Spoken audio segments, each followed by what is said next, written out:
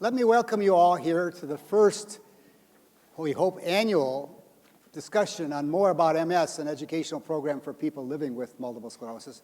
My name's Randy Schapiro, and for those of you who don't know me, and it's probably most of you, I'm the old guy in MS. I started the first comprehensive MS center in the United States in a private practice in Minneapolis in 1976 and practiced there for over 40 years. How many of you were alive in 1976? Oh, look at this. We have an older audience. I love it. You're all 3 years old, I know, at that time.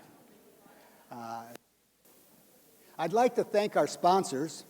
This is going to Biogen, EMD Serono, Genentech, Mallinckrodt, Novartis, and Santa Fe Genzyme for allowing us to have this and put this on with the superb way that it's being put on.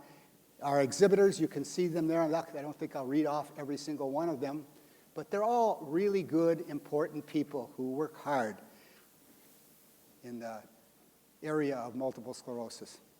I think we have a wonderful faculty to discuss a lot about multiple sclerosis, but I thought I would start out by pointing out to you that in my career, so many times people have come up to me in the media and said, "Tell me, what is multiple sclerosis?" And I learned very early on that I had to develop an elevator speech about multiple sclerosis. And I've seen many neurologists get asked by columnists and TV people, "What is multiple sclerosis?" And then they start stammering, and then they don't quite say what it is. So I've come to the conclusion that it's really important that you all, whether you have MS or not, or just interested in MS, have an elevator speech to tell somebody what multiple sclerosis is when they find out that you're interested in it for whatever reason. So I thought I'd take a few moments and give you my elevator speech in multiple sclerosis before we start.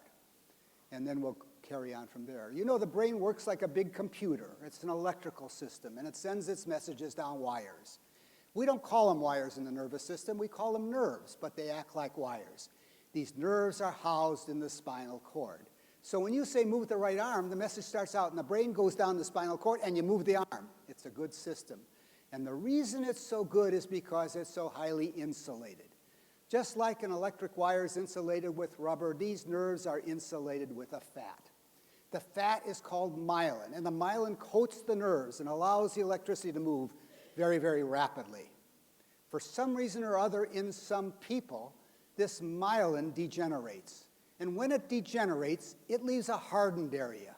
So that if you could take it out and look at it with your naked eye, it looks hardened, it looks scarred, it looks sclerotic. And that's where the term sclerosis comes from. And because it occurs a little bit here and a little bit there everywhere in the brain and spinal cord, it's called multiple sclerosis. Now, people have more myelin than they need. They can lose a little myelin here and there, and they can get away with it, just like you can lose a kidney and get away with that.